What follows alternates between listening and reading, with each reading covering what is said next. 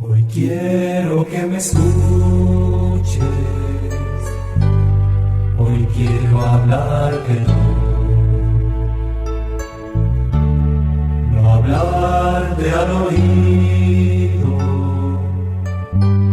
sino al corazón. Necesito tu ayuda, necesito de ti.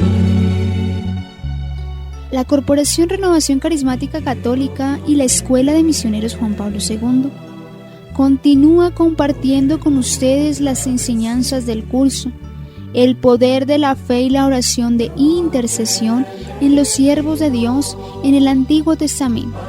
Hoy meditemos el tema Oración de intercesión de otros siervos de Dios en el Antiguo Testamento. Judith, primera parte. Sean bendecidos, apreciados hermanos.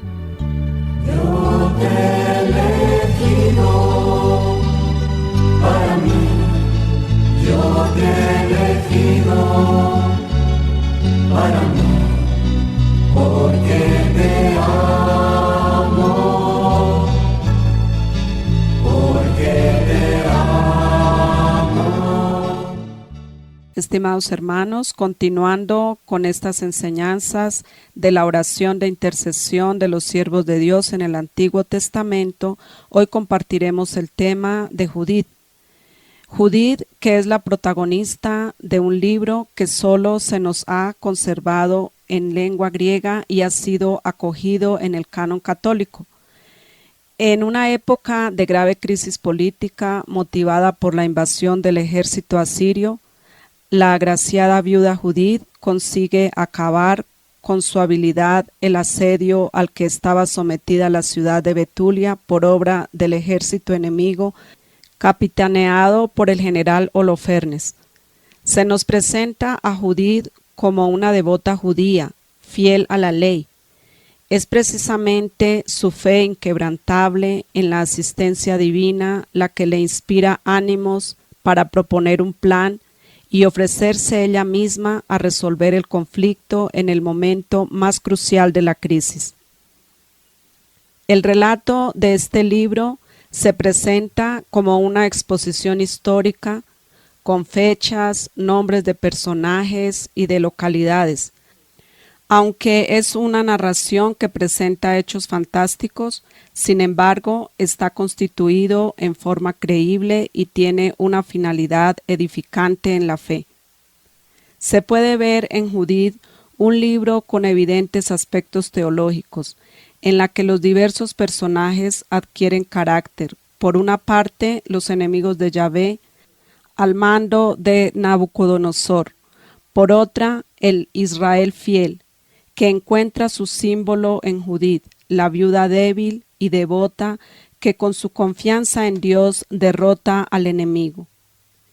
En el fondo se puede ver la historia del Éxodo releída e interpretada, lo mismo que en otros tiempos Dios derrotó al faraón y a su ejército por manos de Moisés, así ahora derriba el poder de Nabucodonosor por manos de Judith. En el centro del mensaje teológico está la voluntad de demostrar que la fidelidad de Dios permite al pueblo experimentar la liberación de Yahvé, incluso en medio de las circunstancias más adversas. La composición de la obra se remota probablemente a la segunda mitad del siglo XI a.C. El autor de este libro sería judío de Palestina, quizá un exponente del primitivo movimiento fariseo. Judith significa judía. Casada con Manasés, quedó viuda por una insolación que tuvo su marido en los días de la siega de la cebada. Judith 8:2-3. A partir de entonces vivió retirada en su casa, donde se había hecho un cobertizo en el terrado, y llevaba saco a la cintura debajo de los vestidos de su viudez. Era muy piadosa, ayunaba todos los días, fuera de los sábados, las solemnidades y los días de regocijo en Israel. Judith 8:6.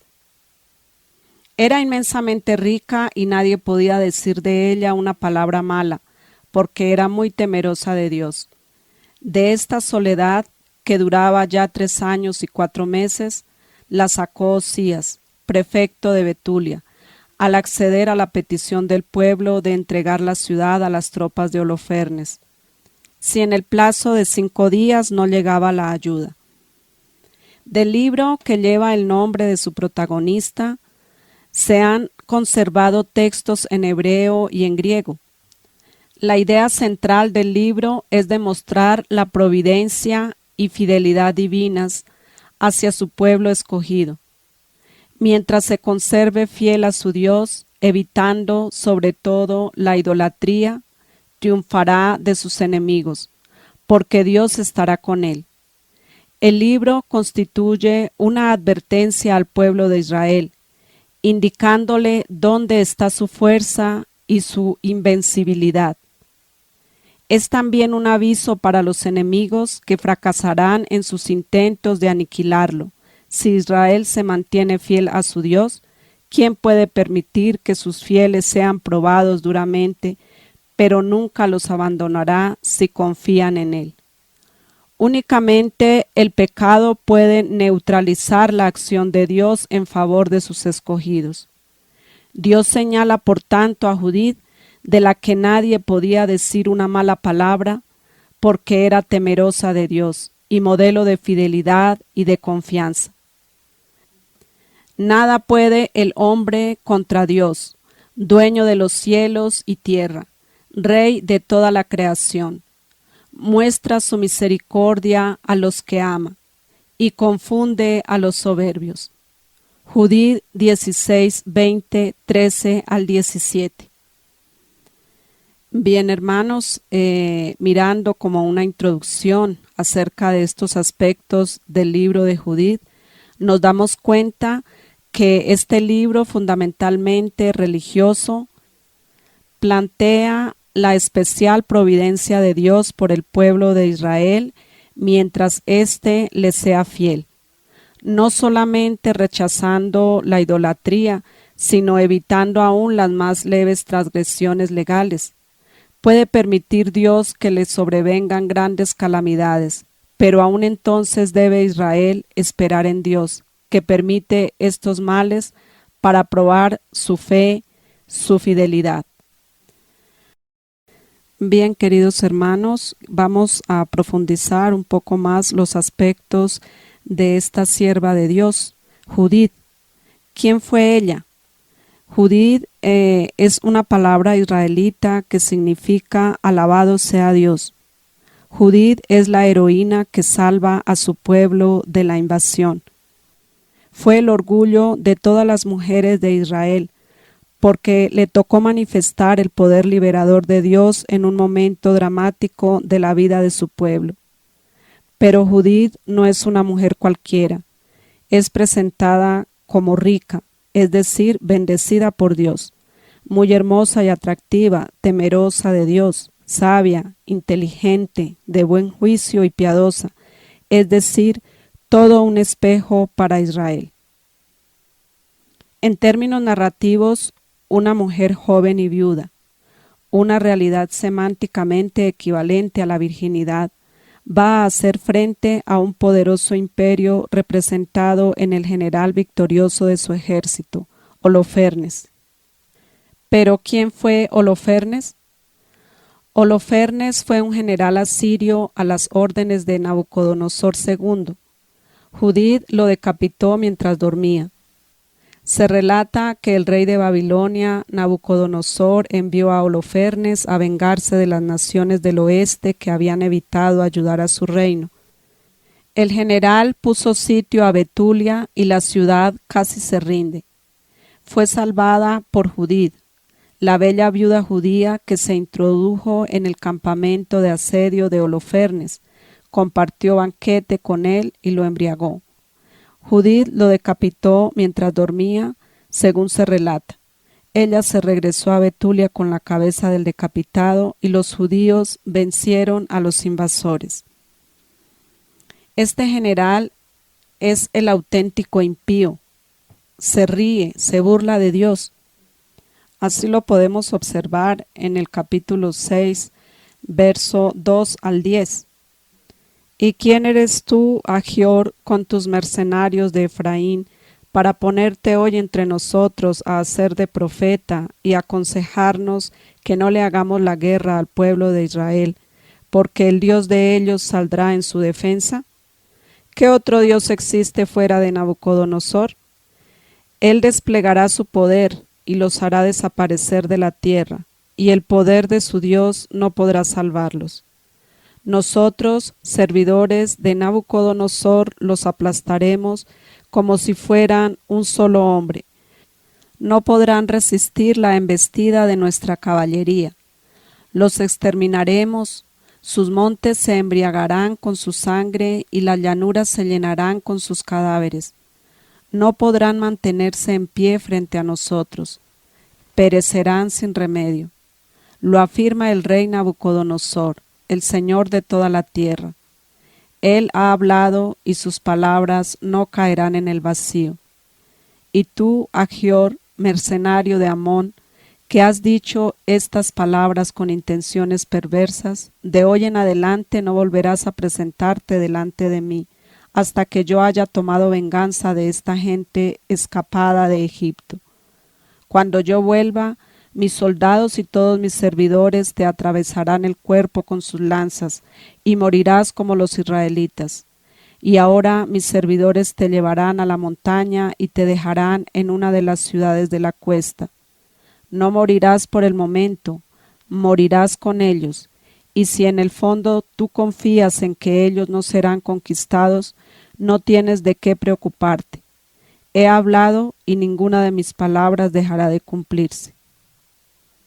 Dicho esto, Holofernes mandó a los hombres que estaban a su servicio personal que pusieran preso a Achior y que lo llevaran a Betulia y lo entregaran a los israelitas. Palabra de Dios. Te alabamos, Señor. Analicemos en un momento, queridos hermanos, esta actitud de este general, una actitud arrogante, una actitud de soberbia, de orgullo, frente al poder de Dios, porque lo desafía, porque le da más importancia a un rey de aquí de la tierra. Pero en esto vamos a ir meditando cómo interviene esta sierva de Dios Judith, haciendo que el nombre del Señor sea exaltado. Continuemos analizando cómo también el pueblo se coloca en disposición de oración, de súplica ante Dios. El pueblo clama protección.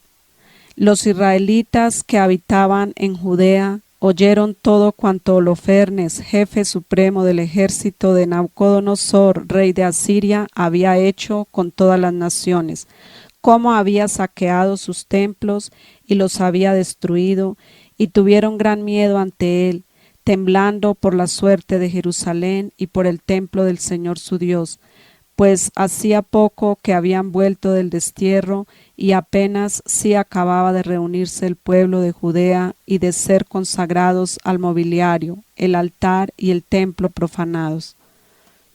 Todos los israelitas clamaron con gran fervor a Dios y se humillaron profundamente delante de él. Los hombres, las mujeres, los niños, el ganado, todos los extranjeros que vivían allí, los jornaleros y los esclavos se vistieron con ropas ásperas. Todos los israelitas que vivían en Jerusalén, hombres, mujeres y niños, se inclinaron ante el santuario en actitud de adoración. Se echaron cenizas sobre las cabezas y extendieron sus ropas ásperas delante del Señor. También cubrieron con telas ásperas el altar y a una voz clamaron con fervor al Dios de Israel, pidiéndole que no permitiera que para alegría de los paganos sus hijos fueran arrebatados, sus mujeres raptadas, las ciudades de su patria destruidas y el templo profanado y deshonrado. Y el Señor escuchó sus gritos y tuvo en cuenta su aflicción, En toda Judea y en Jerusalén el pueblo estuvo ayunando durante muchos días delante del templo del Señor Todopoderoso. El sumo sacerdote Joaquín y todos los sacerdotes que servían en el templo y los demás que oficiaban ante el Señor iban vestidos con ropas ásperas mientras ofrecían el holocausto de todos los días, las oraciones y las ofrendas voluntarias del pueblo. Con sus turbantes cubiertos de ceniza, insistentemente pedían al Señor que tuviera misericordia y compasión de todo el pueblo de Israel. Palabra de Dios. Te alabamos, Señor. ¿Qué mensaje, queridos hermanos, podemos reflexionar para nuestro tiempo? Nosotros quizá tenemos las gracias de Dios, la gracia de la oración, de la intercesión, pero muy pocas veces también nos sacrificamos como pueblo. Necesitamos que el Señor nos una en un solo corazón para orar por estas necesidades tan grandes que también hay en la humanidad, para que el Señor derribe esas potestades, esos poderes oscuros que reinan sobre el mundo en este momento y que nos permita a nosotros ser también un ejército de intercesores para estas situaciones que la humanidad actual está viviendo. Pero ¿cuál fue la misión de Judith? El Antiguo Testamento nos hace admirar a algunas mujeres extraordinarias que bajo el impulso del Espíritu de Dios participan en las luchas y los triunfos de Israel o contribuyen a su salvación. Su presencia en todas las situaciones que tiene que padecer el pueblo no está al margen ni es pasiva. Se presentan como auténticas protagonistas de la historia de la salvación. He aquí el ejemplo de Judith, que es uno de los ejemplos más significativos. Este libro ensalza a la mujer temerosa de Dios, que estaba entregada a la oración, al ayuno y a la penitencia. Gracias a ella, a su coraje y valor y también a su astucia, una vez más el pueblo judío vence a sus enemigos. Muestra cómo Dios a menudo escoge a los que aparentemente son débiles para conseguir los propósitos más difíciles. Una débil mujer salva a su pueblo. El pequeño puede al grande. El débil vence al fuerte. Una indefensa mujer acaba por dominar al hombre que creía tenerla sometida a sus caprichos. La historia conoce muchos casos de esta inversión de los papeles que causa gran regocijo a los que se sienten inferiores. También la Biblia trae buenos ejemplos, como José, David, tantos otros héroes y el pequeño pueblo israelita. Solo que en la Escritura la victoria final del oprimido sobre el opresor no se debe a un capricho de la suerte o a la astucia humana. Ella es señal de la presencia divina. El pueblo elegido es entonces un pequeño pueblo que tiene que luchar por mantener su independencia entre los grandes de la época. Las persecuciones de los reyes seleucitas están todavía frescas en la memoria, como lo podemos confrontar en la introducción de los libros a los Macabeos. Continuemos meditando los aspectos más relevantes de este libro. Como Judith ante el asedio de Betulia, la ciudad que estaba sitiada por las tropas asirias. El general que les mandaba era Holofernes y quería apoderarse de la ciudad. Los judíos estaban angustiados, pues carecían casi de agua. Su situación, pues, era muy crítica. Y vio Judith cómo el pueblo estaba muy abatido y dispuesto a entregar la ciudad al enemigo. Entonces ella habló al pueblo y le prometió salvar a Betulia. Leamos y meditemos, queridos hermanos, en el capítulo 8 de Judith, versos 9 al 36. Judith oyó las duras palabras que la gente había dicho contra el jefe Osías, al verse tan desanimados por la falta de agua. Supo también que él les había prometido entregar la ciudad a los asirios al cabo de 5 días.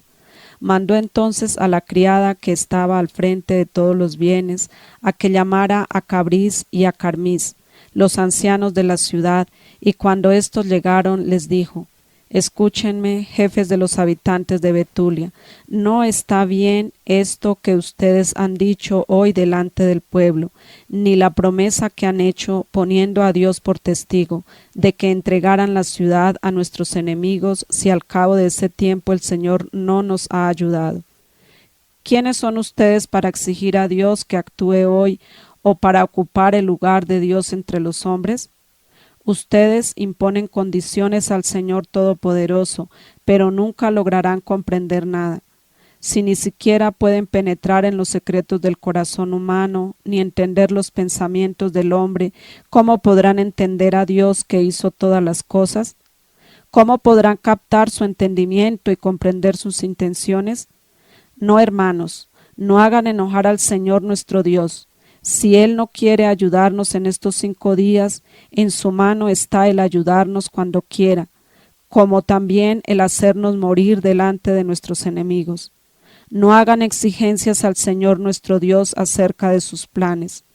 Él no cede ante las amenazas ni ante las exigencias como si fuera un hombre. Más bien, pidámosle que nos ayude con la esperanza de que Él nos salvará. Si a Él le parece bien, habrá de escucharnos. Qué hermoso, hermanos. Vayamos meditando y profundizando este mensaje que el Señor nos va permitiendo leer y que vaya calando en nuestro corazón, en nuestra mente. Continuamos leyendo en el versículo 18. Hoy en día no hay nadie entre nuestras tribus, familias, provincias o ciudades que adore dioses hechos por los hombres. Esto sucedió en tiempos pasados y por eso Dios entregó a nuestros antepasados a la muerte y al saqueo, y nuestros enemigos les causaron un gran desastre. Nosotros, en cambio, no conocemos a ningún otro Dios fuera de Él. Por eso confiamos en que Él no nos despreciará a nosotros ni al resto de nuestra nación. Porque si nosotros somos conquistados, toda Judea caerá y nuestro templo será saqueado, y Dios nos hará responsables de su profanación, de la matanza de nuestros hermanos y de la destrucción de nuestra patria, entre las naciones de las que seremos esclavos.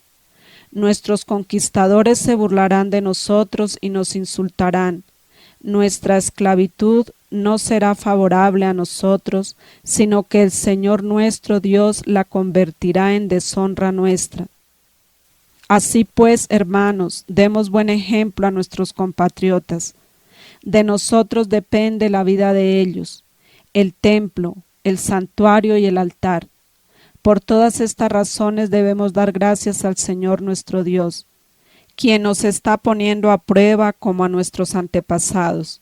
Acuérdense de lo que hizo con Abraham, de cómo puso a prueba a Isaac y de lo que le pasó a Jacob en Mesopotamia de Siria, cuando estaba cuidando las ovejas de su tío Labán. Él no nos ha sometido a la prueba del fuego como a ellos, ni nos trata así por venganza. Cuando Él castiga a los que se acercan a Él, lo hace para corregirlos. Siento en mi corazón pedirle, hermanos, esa gracia al Señor de profundizar este mensaje, esta palabra. Qué mujer tan valiente y qué mujer tan llena de Dios. Una verdadera sierva del Señor que deja actuar a Dios en su vida. Por eso el Señor la escucha. Por eso Él le da respuesta a su oración. Y cómo cuestiona al pueblo, cómo va haciendo que el pueblo reflexione acerca de su conducta y cómo el Señor también le permite a ella ser un instrumento y un canal para que el pueblo pueda reconocer su debilidad. Dios no accede a nuestros caprichos, Dios no se deja manipular porque es un Dios amoroso. Es un padre que ama a todos sus hijos, pero a fin de cuentas es Dios que está por encima de nuestros caprichos, de nuestros propios intereses. Seguimos leyendo el versículo 28.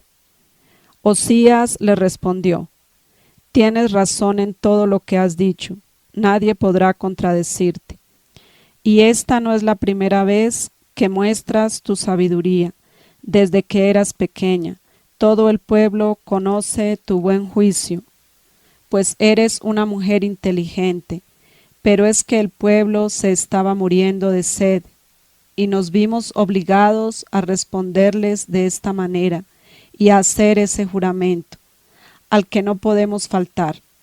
Puesto que eres una mujer piadosa, pide ahora a Dios por nosotros, para que el Señor nos envíe lluvia y se llenen nuestras cisternas, y no nos debilitaremos más.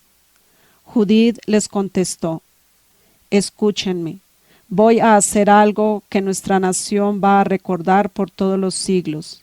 Esta noche manténganse ustedes a las puertas de la ciudad, y yo saldré con mi criada, y antes del plazo fijado por ustedes para entregar la ciudad a nuestros enemigos, el Señor salvará por mi medio a Israel. No traten de averiguar qué es lo que voy a hacer, pues no se lo diré hasta que esté hecho. Osías y los otros jefes le respondieron: vete tranquila, que el Señor vaya delante de ti para castigar a nuestros enemigos. Y salieron de la casa de Judith y volvieron a sus puestos. Palabra de Dios. Te alabamos, Señor. Damos conclusión, queridos hermanos, a la reflexión de esta primera parte del libro de Judith. Dios los bendiga a todos. Yo te he elegido para mí, yo te he elegido para mí.